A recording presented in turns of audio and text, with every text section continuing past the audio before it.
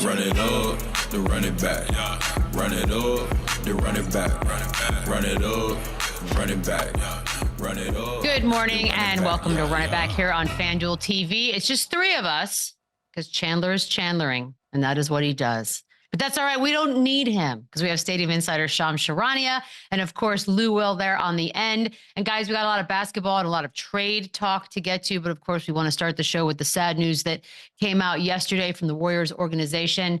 Assistant coach Dejan Milojevic died Wednesday morning after suffering a heart attack. He was only 46 years old. So, of course, we want to send our thoughts to everyone in his family and the Warriors themselves. Hard to segue from that to anything, but we have to. And Shams, you were ahead on this one. You got us ready for the news, and it finally officially happened. Pascal Siakam heading to Indiana, and they get Bruce Brown, Jordan Nwora, 3 first-round picks up in Toronto. I almost feel like, hey, it finally happened, but why now? Well, the Raptors being able to get 3 first-round draft picks, and they got the 24 picks from the Pacers, and then 1 protected 1 to 4 pick from the Pacers in 2026. But to get 3 first-round picks, and then a guy like Bruce Brown Jr., who you can keep right now, or you can flip down the road for either a first or multiple second-round picks, I think that was too much to pass up. The Raptors knew it was time. After moving OG Anunoby a couple weeks ago, they knew it was time to move on from Pascal Siakam. They lost Fred VanVleet in free agency last summer. They did not want the same thing to happen with Pascal Siakam this time around. And so particularly over the last few days, we talked about it yesterday, talks became serious between the Pacers and the Raptors. The Pacers were really motivated to get a deal done. Out of all the teams that Toronto was engaged with, Sacramento, Dallas, Golden State, they made their rounds again yesterday to all those teams, and the interest just wasn't at the level that Indiana was at. And to get those 3 picks, I think, was the difference maker. And at the end of the day, Pascal Siakam, I think there's a mutual interest between him and the Pacers to being there long term. Any team that wanted to trade for him, we talked about this yesterday, they needed to know where he stood as a free agent. Would he want to be back? Would he signal that he would be open to coming back? Because no team wanted to trade for a guy like Pascal Siakam, give up multiple picks, and then have the guy walk in free agency. And I'm told the Pacers are very confident that they'll be able to keep Siakam as a free agent in July. They know it'll take about a maximum level contract to be able to re-sign him, and they're comfortable with that. And I think that was a difference maker. And on top of that, Michelle, they kept all their young players in this deal. Yes, they moved the 3 picks, but Jarris Walker, Ben Mathurin, Andrew Nembhard, Isaiah Jackson, Jalen Smith, they're 5 young players that they believe are part of their core in the rotation moving forward. They kept them in this trade, and now bring in Pascal Siakam, you pair him with Tyrese Halliburton. They feel like they have a chance. And, one person told me last night, when was the last time the Pacers had 2 top 30 players in their organization? And being able to keep them long term, they're invested in 2 maximum salary guys, and this is the Pacers core moving forward. I mean, that was basically all of us walking around yesterday like, Pacers must know something. Maybe he wants to stay there. We have no idea. But now we have all the details, Lou. Do you like the deal? Do you feel like maybe they gave up too much? It was perfect. What are your thoughts? No, I like it. Like Shams just mentioned, Toronto knew it was time. And they were able to get a bunch of assets they're going to be able to use in the near future here and turn that into some really good basketball players. And on the flip side, Indiana has an opportunity to compete right away, and they get a guy, like I mentioned on yesterday's show, you can plug Siakam into a lot of different systems. He's not a guy that you got to play through. He's not a guy that's going to be ball dominant. He's not one of those type of guys. He's going to come in, do his job, and just play basketball the right way and give you a lot of great production. So this works for Indiana, especially with the style of play that they have with the group and how they're going to look to play in their future coming up here. So I thought this was a good deal for both sides. So you heard Shams there talking about that there's a positive energy as far as both sides knowing or thinking that he's going to want to stay there. But you're on the player side of things. How do these work? I mean, because we're on the outside looking in going, man, what if he doesn't want to stay there? They just gave all that away for nothing. Do you think there's sort of a wink deal in place? How do they handle that? Yeah, I'm not Shams. So my great source of Twitter told me yesterday that my tremendous source from Twitter told me yesterday that he was interested in playing with Tyrese Halliburton, and they've had some conversations, and this was something that they wanted to do. And so You know, hopefully that's the reality of it. That's somewhere that he wants to be, and they have an opportunity to keep him throughout the course of a few years here. The big talking point, I think, when this deal finally was happening was, okay, so now let's look at the Eastern Conference. Where does this realistically put them? Because it's a tall mountain to climb, Lou. What do you think? Yeah, we're going to see. It's a lot of good basketball being played right now. You know, I on the Eastern Conference, I see 8 to 9 teams that are really giving themselves an opportunity to make that playoff push. You know, Indiana sitting in that 7th spot. That's pretty comfortable, but I'm sure they want to get into one of those guaranteed playoff spots and get underneath that 7 and get in between the 4 and the 6 and give themselves an opportunity. You know, and I think what's something that's underrated. If that team can get to the 4th place, they have an opportunity to get home court advantage. Indiana is a great place to play basketball, and so add Siakam to that mix, playing fast. He's going to give them a defensive look that they probably didn't have before they got him. That's going to be a great opportunity for them to do some good things. So I'm excited to watch some really good basketball and see how this thing mesh up. That's going to be Eastern Conference. Going to be fun, Shams. All right, Toronto Raptors. I mean, Anunoby's out. Siakam's now out. Those two pieces that we thought were going to move last season at some point finally have been done. So we look at the Raptors. What is the strategy moving forward for that organization? Well, Toronto's all in on Scottie Barnes. He is their franchise cornerstone. He's their max contract guy. He's what everything's going to be built around moving forward. He's obviously very young.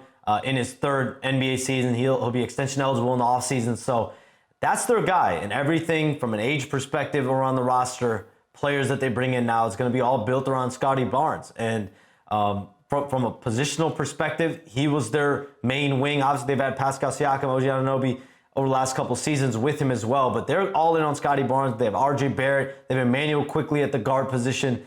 And now they bring in Bruce Brown Jr. And Michelle, I'm very interested to see, you know, he'll report to the team. He'll be there initially. But this is a guy at $22 million this season. He has a team option for next year at $23 million. The Raptors have flexibility with him. Either you keep him, you can pick up his option at the end of the season and then trade him in the offseason, or you can trade him now. They can probably fetch on the open market at least 1 first or a boatload of 2nd-round picks. So you add that with the 3 first-round picks that they already got. They do also value Jordan Nwora. So this is a team that's stockpiling players, assets, whatever possible that they feel can help them long-term with Scottie Barnes as their cornerstone.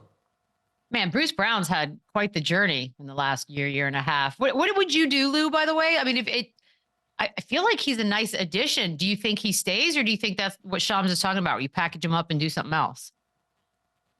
They have great options, right? You know, so if you keep him, you know, you're getting a really good basketball player. You're giving a guy that's going to defend, play in that dunker, give you a lot of great looks in that open court. And on the flip side, you can turn that into somebody that can really give you an opportunity. Go out and get one of these stars, or just stand pat and wait to see what you want to do with your assets. And so I think Toronto is in good standing. This is a good deal for them as well, and I look forward to seeing what they do with it. Scottie Barnes is the central piece, Shams. Trade deadline about 3 weeks away. What are your expectations? Well, Toronto, I think Bruce Brown Jr., Gary Trent, those are really the players. You know, Dennis Schroeder, veteran players that have value on the open market. I think keeping an eye on them, you know, those are really the main guys, I think, that will generate interest for the Raptors. Like I just said, I think there's going to be significant interest in Bruce Brown Jr. If they want to trade him now, they're not going to have a shortage of suitors. This is a guy that won a championship last year, was a cornerstone, was a key piece to that Denver Nuggets team, and then he signs that balloon deal with the Pacers, gets $22 million this year, $23 next year. So, you know, at the end of the day, I don't think Bruce Brown has much to be upset at. He got a significant contract, a great deal in free agency. He did turn down some 3-4 year deals, but at the end of the day, if you can secure that much money in that short amount of time, I think at the end of the day, he'll end up with a contender or with a team that has a playoff chance at some point, whether it's now or in the summer. Yeah, he's going to be just fine.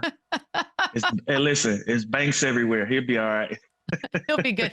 By the way, Raptors in Chicago tonight. I expect a full report, Shams, from you. Thank you so much. Mavericks Lakers was a big game last night. The game's in Toronto, Michelle. Oh, it's in Toronto. I have it at Bulls. I'm the worst person ever. Okay, my bad. Well, you can still go. Lakers.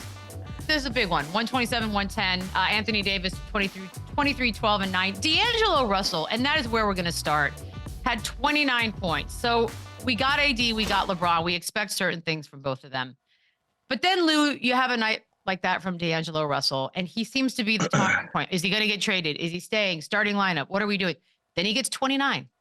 What are we supposed to think about this?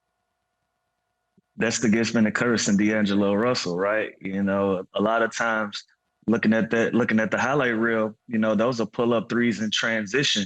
They look great and they're fun when you're making those shots. When you're making big-time shots like that, it energizes the crowd. But those same possessions in tight games, or when you're trying to get rolling in the game and the pull-up threes in the transition, they're not falling, these are going to be considered bad possessions. And so he just got to find a place where he's consistent, where he finds a rhythm, you know, where he can get them 20 to 25 points a night in these games and give them opportunities to win. But last night he was cooking. He was shooting the hell out of the basketball, and he was the best player on the floor last night.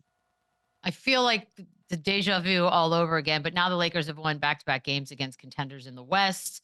They're at 500. In fairness, we've not ever really officially ruled them out on this show here. But Lou, are they doing anything for you? I know, right? Expectation-wise, is anything changing for you? Is it leaning more positive? Where are you? Yeah, listen, I've been consistent in saying this the entire year. You're never going to bet against a Steph Curry-led team, and you never bet against a LeBron James-led team. You know, these teams, they always find ways to win. These guys are decorated veterans in our league. They've been the source of entertainment for years and years and years that you can even think of. And so to count a LeBron James-led Lakers team out is crazy. You know, when you get these nights like this from D'Angelo Russell, AD is going to have big nights where he explode. LeBron James is going to remind you on a number of nights of why he's one of the best players in the league at his age still. So you never can count this team out. They're always going to give themselves an opportunity and find those windows to put great games together. And Shams, we are at the halfway point of the season, which is hard to believe. And they're sitting there at 500, which we know is not going to sit well with LeBron James. The urgency to do anything at the deadline doesn't feel quite like last season, but are you expecting some movement? It doesn't feel like last season because I think from a talent perspective, this team does have a lot already on the roster based on what they did last season. But last year around this time, Anthony Davis, LeBron James, they had missed time in the lineup, AD especially. And this year, both have been fully healthy. And I think the fact that they're fully healthy, and we saw the way Anthony Davis played last night, 28 points, 12 rebounds, 9 assists. He's had 5 assists or more in 4 of his last 5 games. He's shooting efficiently from the field. He's been absolutely dominant as a performer. And the fact that they're fully healthy right now, they haven't ran into, from those two guys, they haven't ran into significant injury issues. And LeBron James being 39 years old, I think you have to have a level of urgency for the Lakers to seize this championship window that you have with a healthy LeBron James, with a healthy Anthony Davis, and whether that's a DeJounte Murray, a Zach LaVine. There's going to be a slew of guard players in the backcourt. I think you're going to see the Lakers look into more and more as the weeks continue. But adding another piece, whether it's on the bench, whether it's a frontline starter, caliber player, I think that's going to definitely be a focus for the Lakers.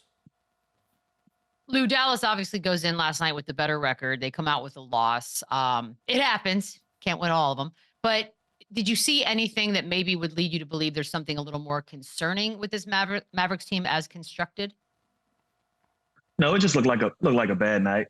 You know, if you do anything 82 times in a year, you're probably going to do it bad a few times. And so that's all I saw last night. Nothing glaring to me. This is a regular night in the NBA. The Lakers were just a better basketball team. And D'Angelo Russell played out of his mind and they got a big win. But there are certain pairings, certain groupings in the NBA that we tend to look at the most. And Kyrie and Luka are at the top of that list. When Luka was out, Kyrie was averaging almost 40 points over the previous 3 games. Last night, he had 12 on 4 of 16. Obviously, the question everyone's going to ask, and those that thought this wasn't going to work in the first place, is do you still view this as a great pairing? Well, it's a great pairing. I'm not sure if it's gonna work, but I think it's a great pairing with two great guys. The problem is they're both very ball dominant and they're both rhythm guys. You know, if you watch Kyrie highlights, Kyrie needs that basketball in his hand to create rhythm, create opportunities for himself in the open court. You know, he's one of the best ball handlers in the league, so that's one of his strong suits in getting to the rim and finishing. And the same thing with Luka. Luka is a ball dominant guard, and so when these guys don't have the ball for long stretches at a time, I think it affects the way that they play. And so I'm still on the fence about this pairing. I'm still going to call it a great pairing because you can't get, you know, two better guards than to have those two guys. But at some point, we got to start seeing it work consistently. There was a moment after the game, Shams, LeBron's rushing to watch the end of Bronny's game. Did we miss something? What was it, a great ending? Tell us. Yeah, I mean, Bronny played well last night from you know, an offensive perspective. I think people around the league, when I talk to NBA people, they know defensively he's a lot more further along than offensively. So I'm sure LeBron James wanted to get back into the locker room. The second half of the USC game against Arizona was still on. But he had an offensive outburst last night, and Kevin Durant was in the stands.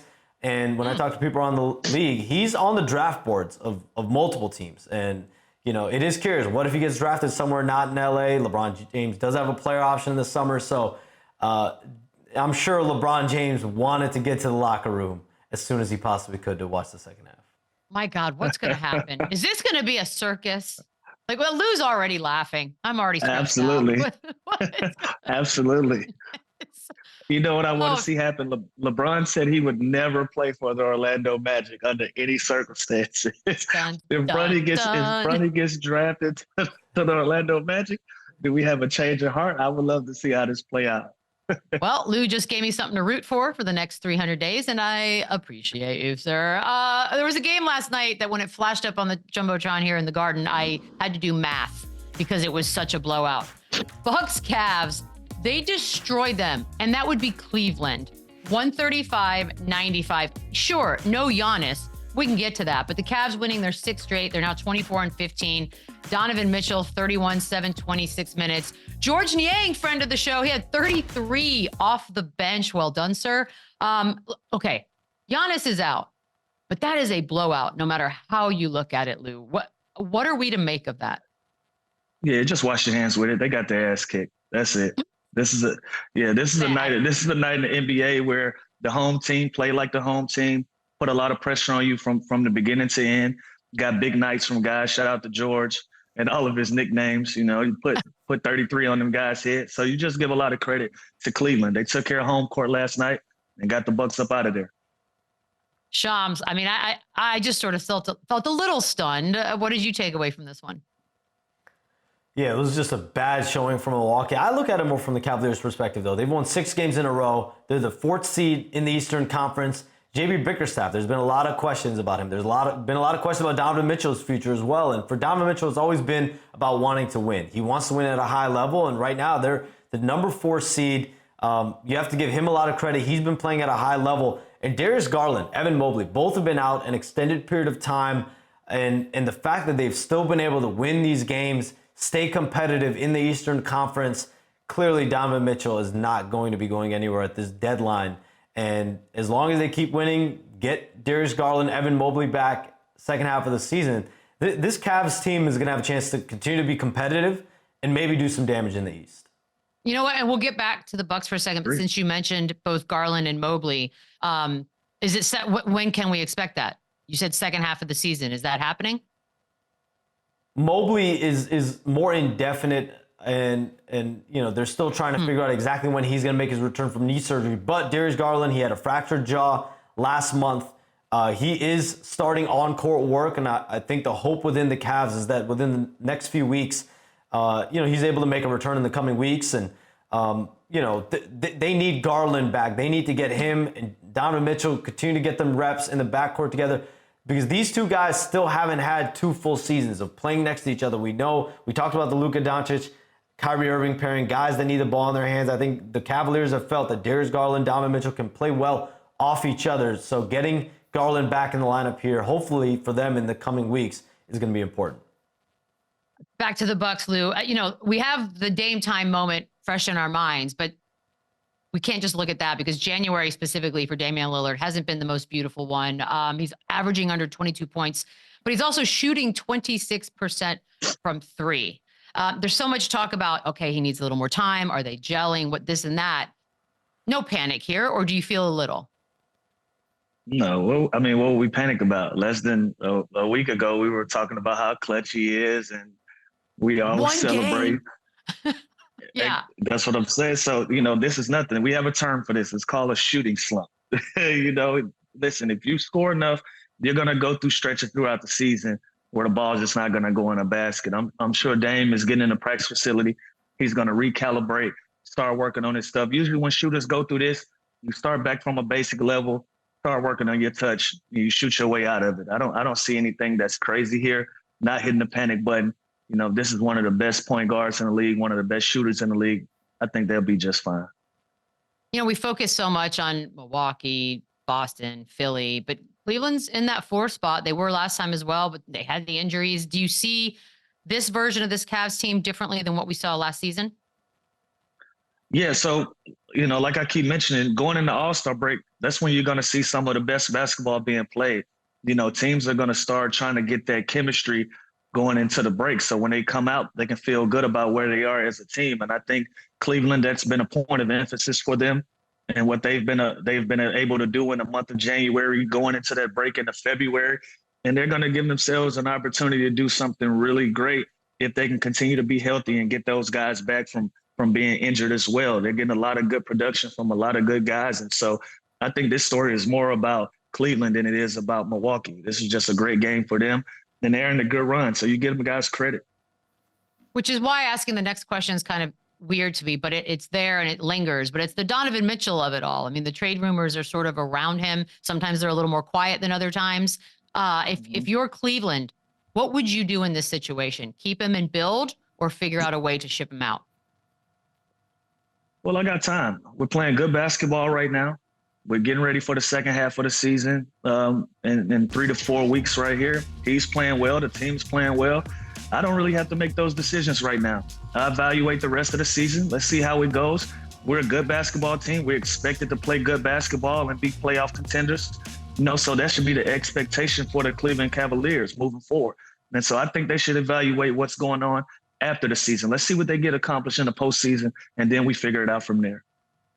Well, what a segue, because we've got one guy that's always got trade rumors surrounding him to one who currently has trade rumors surrounding him, DeJounte Murray. Around the league we go, and he had a nice one last night with the buzzer beater, leading his team to a victory over Orlando, 106-104. He had 26 points, team high. He's averaging about 21, slightly below his career high. Are you surprised, though, that he took the last shot, Lou? No, not last night. It was his night, not last night. He was the best player for the Hawks, ended up getting the rebound. Quinn doesn't call a timeout. He believed in the guy that had the basketball in his hands, and he goes and shoots a shot that he's comfortable with, and the shot that we've seen him make a lot of times. And so even though this is Trae Young's team, is no confusion about that. But basketball is a rhythm game. It's a confidence game. When guys have it rolling on a particular night, you got to keep that ball in their hands. You got to keep the ball in the hot hand. And DeJounte was that guy last night, and he brought him home. I love that we have no idea what's going to happen there, Shams. I'll bother you more about that later. Pacific Northwest, Anthony Simons, another game. We had a couple game winners last night. They were exciting. They were late, but we had them. 0.2 seconds left in this one, beating the Nets. Sure. He was questionable, actually, before the game because of an illness, by the way. Thoughts on this one? He's averaging career-high 23 a game. And we hear so much about what are the Trailblazers doing? Who do they build around? Should he be one of those pillars? Roll the tape. Early on, I said Anthony Simons was the best player on this team. I know we get excited about our new toys and our new players, and Scoot Henderson is one of those guys. He's going to be a great player for years to come in his young career. But Anthony Simons has always been the guy for me on his Trailblazers team. So this is it's no surprise to me. This is absolutely no surprise to me. I always thought he was the best player, and last night it showed. There was a surprise to me, and I'm wondering if it was to you guys as well, because DeAndre Ayton was not in this game. Why? Because there was ice in his neighborhood, and he couldn't get out. And they said there were even people trying to help him get out. I have lived in some frigid places for work, y'all. This is a new one for me. Have either of you ever heard of a situation like this, Lou? No, I've never experienced anything like this. It was funny to me because they said the Trailblazers sent people from the team to come help him. Like, what the hell were they gonna do? I don't know. It just sounds like more people stuck in ice to me. But I've Sean, never heard Michelle, this happened to me a lot. Yeah, This happened to me What? a lot growing up, going to school. You know, like this was Yeah. definitely my go-to excuse when I I've heard miss it. a day of school. I'm like, yeah, my driveway. You know, I got some snow. I can't make it out today. I mean, I get it. I wish in I was Texas, smarter when I it's was fine. young. Yeah, to miss I an wish I entire was smarter game. because I would just run outside and just pour water on the driveway. Hey, we can't move. I mean, look, I don't know what his driveway looks like. I'm assuming based on this story, it's massive, but why not walk to the street and then someone pick you up there? No, it's not am that I easy. missing? I don't know if you've been in the You can't make it in out. the suburbs. You might get injured, if you haven't- Michelle. If I That is walk true. one That's fair. step, I I'm have out. done that too. I have actually broken my ankle on ice, and I've been stuck in a damn Connecticut. Never again, I say. Let's do some. It's one of my favorite stories of the night, though. When I read it, I thought it was hilarious. Raptors, Heat. Raptors, so much going on, and yet here they are, blowing out the Heat, 131-97. No Siakam. Gary Trent with a season-high 28. RJ, 26 points. Jimmy Butler had 16. It was only his second game back, though, from that toe injury. It's a blowout. I know it's a weird night, though, but do we make anything of this, Lou? Nope. This is why we play the game. Everybody on the floor, everybody is pros. Even though you may not know some of these guys' names and they might not have the reputation of some of the Miami Heat guys, you have 10 pros on the floor at all times, and you can be beat if you don't play well. And so I think Toronto proved that. You know, I love nights like this when guys get an opportunity to prove themselves and come out with big wins. So this is a good night for the Raptors. Nothing to be concerned about for the Miami Heat. They just got caught slipping and got beat. We got things to get back in place. You guys, we have to have a moment in the show where we bring up Wemby. Somehow, some way, we're getting Wemby in the show. And we're doing it now. I mean, yeah, they got crushed by the Celtics, but he did have 27 points in 27 minutes. He's averaging 28 minutes a game. Look at these shots. If he averaged 36 minutes, Look at this he'd be drive. averaging around He's 25. That's what I'm saying. It's beautiful. I'm going to do this until I can get some sort of a budge on an answer, Lou. But what do I need to do here to convince you that he should be the rookie of the year? He got to win some games. Well, come on. He got to win some games. Listen, he's playing well. And so if you're giving Chet an opportunity to even match the production that he has, or it's slightly under the radar a little bit, it's gonna go to Chet because of their record and because of their winning. He's the second best player on that team. We're talking about these stats and we're showing the highlights. These are in losses. And unfortunately, he's the best player on that team. So he's being held to a high standard, especially when it comes to award season. So what does he have to do? He has to win. And right now they're not doing a bunch of it. He has to win. How's he supposed to win? Well, if he wants to win Rookie of the Year, he has to. He's the best player. He's going to have to carry them. Fine. We're going to take a quick break right now.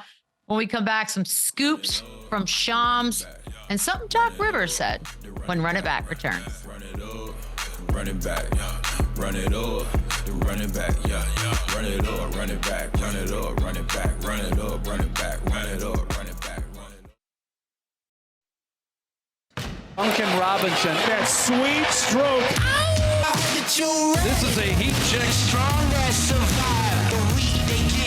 My goodness. Joining us. Oh, I'm sorry. Chandler's doing an ovation, so we're going to do the ovation here. All right, you know what? I love it. Sixth season with the Heat. I'm not even going to do all that because right now you're wearing the shirt. He's a champion. That's where we were going to start. How you feeling today? How'd you like that? You know, I sacrificed a lot for this Michigan football season. Blood, sweat, and tears went into this team. So I feel good, just proud of everything. You feel justified? We were able, all the cheating accusations? How you feel about that? You know, Jim said it best. We're America's team. So I know America woke up this morning feeling good about a national championship It's victory. all fun and games till he's the Chargers coach in a few weeks. As long as it's not the Raiders. You know what? As far as I'm concerned, he fulfilled his duty. He can do whatever he's got to do. We're national champs, so it's a good feeling. I mean, how does it work? So y'all are playing at the same time as this game's on last night. Be honest, now that it's over, you can't get in trouble. How do you check the score on that? So actually, our strength coach, one of our strength coaches, and I'm actually in his office right now, taking this interview. He played football at UW, so he was sitting behind me, just kind of kicking me updates throughout the game. So we had a friendly little wager going on. So I was getting updates, but obviously locked in on the game as well. Full transparency. I'm a pretty fair weather Michigan football fan. I was crushing them at times throughout the last couple of years, but now obviously they were on top. You know, I'm riding the wave. Obviously. Duncan, last night, win against Houston. You guys are 21-15 despite injuries to guys like Jimmy Butler, Bam, Tyler missed time as well.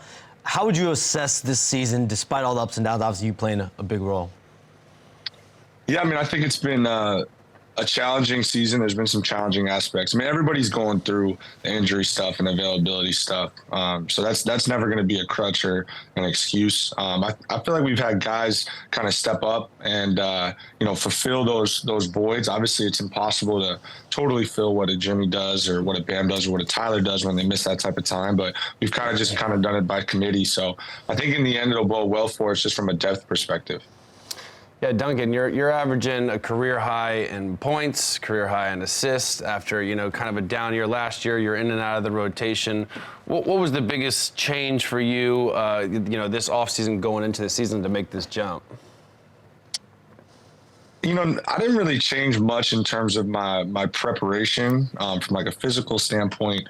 Off season has always been, I've always tried to be like a regimented guy. I think the biggest shift was just in the perspective and approach. As you know, so much of experiencing success at this level is between the ears, and really just kind of coming into this year, first off with a level of freedom and just kind of being able to be out there and be myself, but then also really trying to assert myself from that confidence standpoint as well. So I think that's made a big difference for me. And speaking of that freedom, last night, 7 dimes. Is this you're going deep in your bag? We're looking at point guard Duncan here, or is this just something with more opportunity that you're getting more comfortable doing?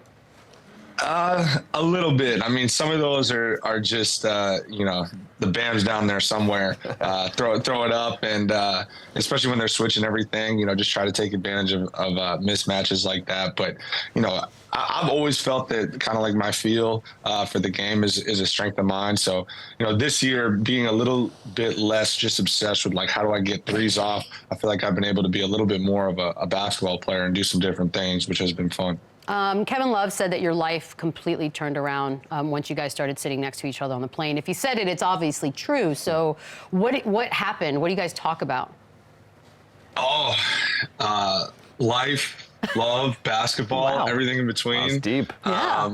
No, I mean, Kev's the best. I mean, he brought so much levity to this group last year when we got him, a little bit after the deadline. And, he's been a great teammate, a great friend. And, for me, sometimes it's really good, especially after a game that doesn't go well, to just kind of have some perspective on the plane, and understanding that as athletes, like sometimes it just feels like the end of the world. And for much of my career, I kind of carried that, when a game wouldn't go well or we were on a losing streak or I wasn't playing well. So he provides great perspective as somebody that's been in the league for such a long time, NBA champion, All-NBA, All-Star, like all that stuff. He's done everything there is to do. So to have that guy, sit next to you on a plane and be able to kick some things off you, more often than not, it's not talking about basketball, to be honest. Are you and Caleb, is Tonk or Boo-Ray? That's still the game? I stay out of that. Participating Probably smart. Probably smart. There's a lot of spades that gets played on our plane, but I had a bad experience early on, and it just kind of stayed away. That's like a bet. Bro, I saw Patrick Beverly one time on a flight from Houston to Dallas lose an offensive amount of money. 20 minutes, that Correct. flight. Yeah, it could get ugly. Yeah. Now you're gonna have to tell me what offensive means in the break. Okay, I don't know why I have to ask about this, but earlier this season you had a moment with Victor Wembanyama. This seems to be a goal for everyone in the league right now. I mean, what did this feel like?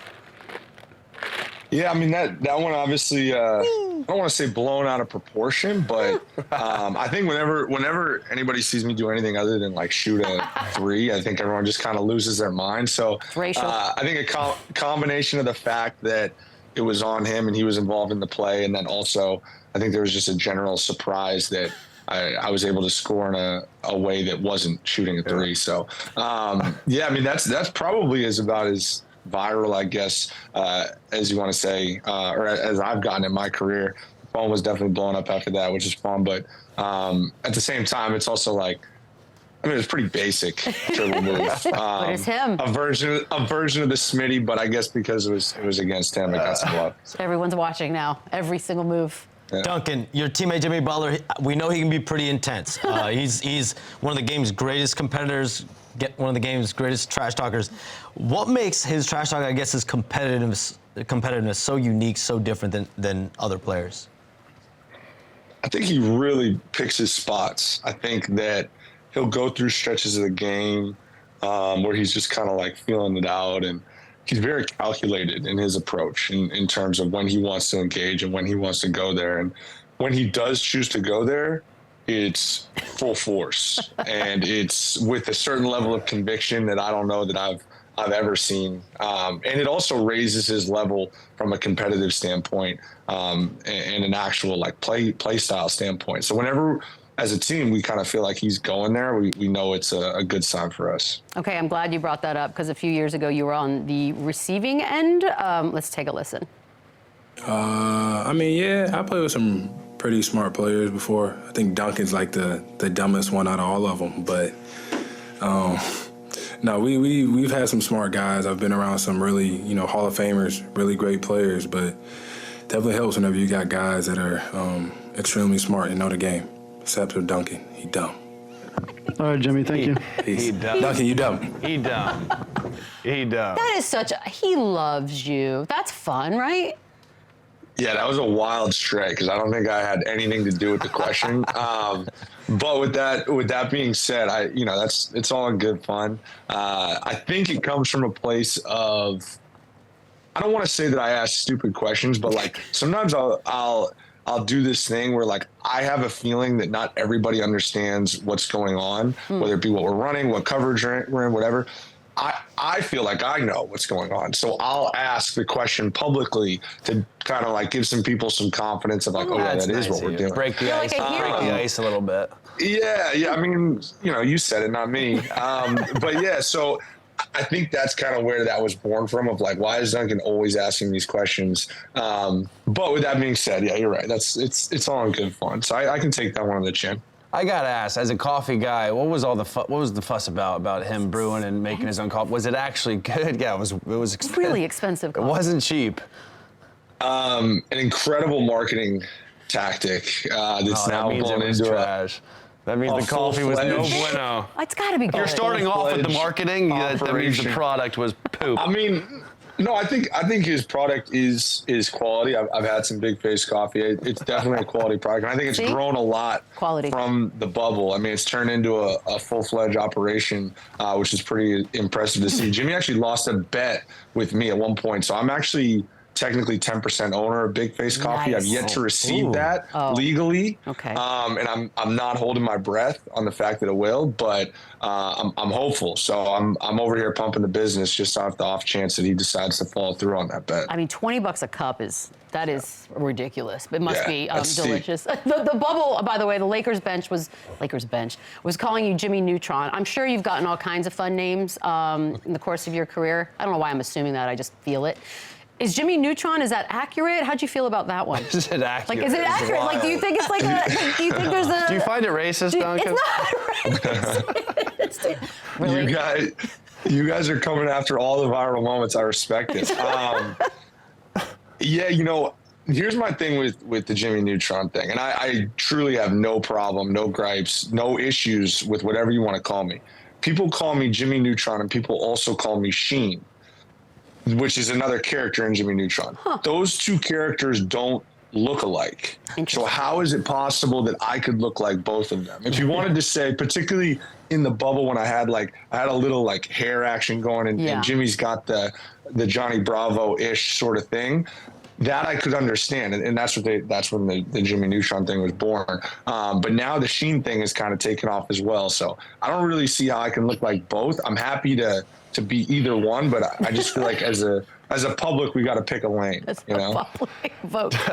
Duncan, we also heard you're a very good ping pong player, and there's a rumor going around. Did you actually challenge Franz Wagner in a match for a game check, or is that a game check? That's a rumor. I would do that though, because I know really Franz's you're that game. nice.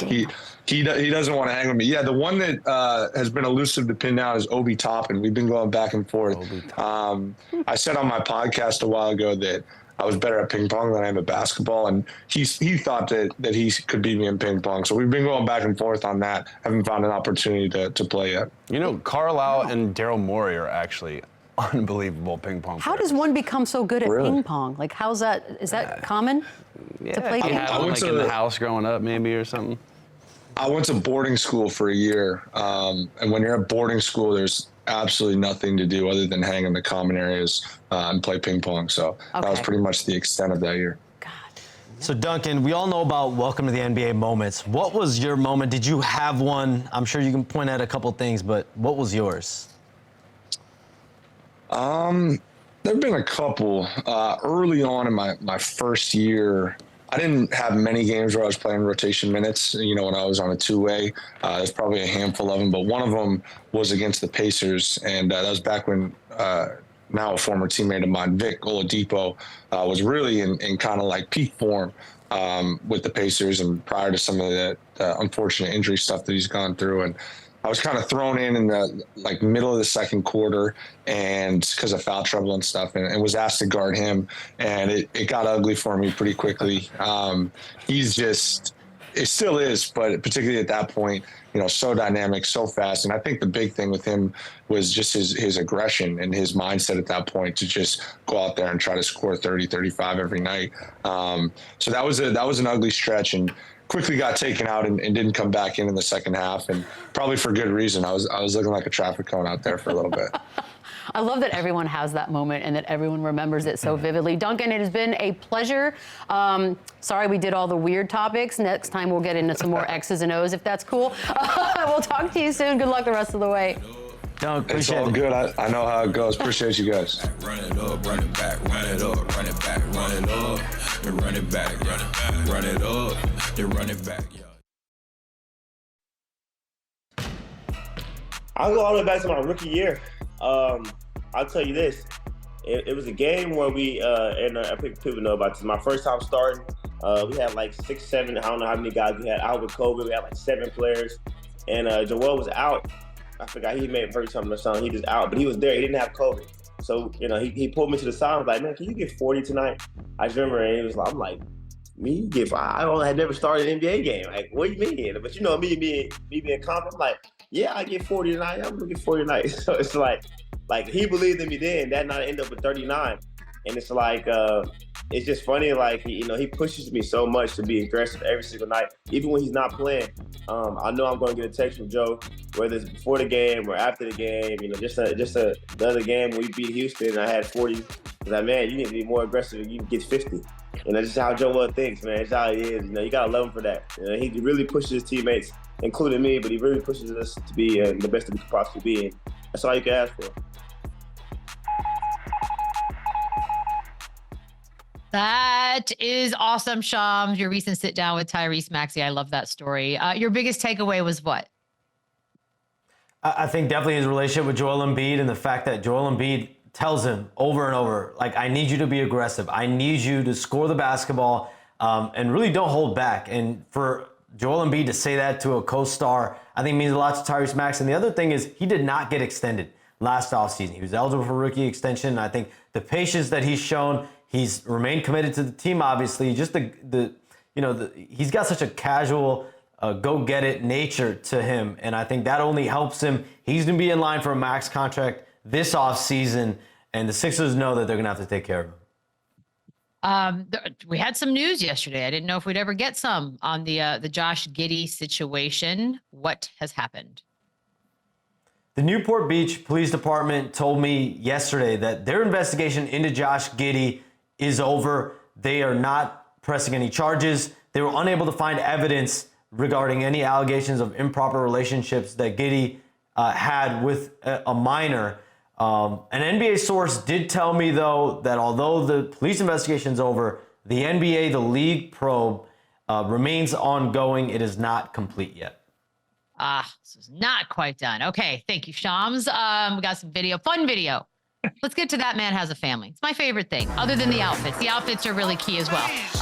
Anthony Davis. I mean, this is two monsters. Anthony Davis, Chet Holmgren. Can't ask for much more. That's basic. Wemby would have blocked it. No, I'm just playing. He probably would have. Thank you. Thank you so much. We can agree on that, Michelle. Finally. Yay. I knew there'd be something good to come out of this. Moving on. Grayson Allen. Let's see. Okay. Again, last year probably would have hated that. And the assists. I think he's growing on you as a player, Michelle. Well, let's slow like a rash. Let's slow down. Barry Smith Jr. Oh, this was last that's night. nasty. That was fun. Barry. Yeah. This was. Watch your head. For some moments. Yeah, Houston has flashes. They're fun to watch, but man, Şengün with a rough night.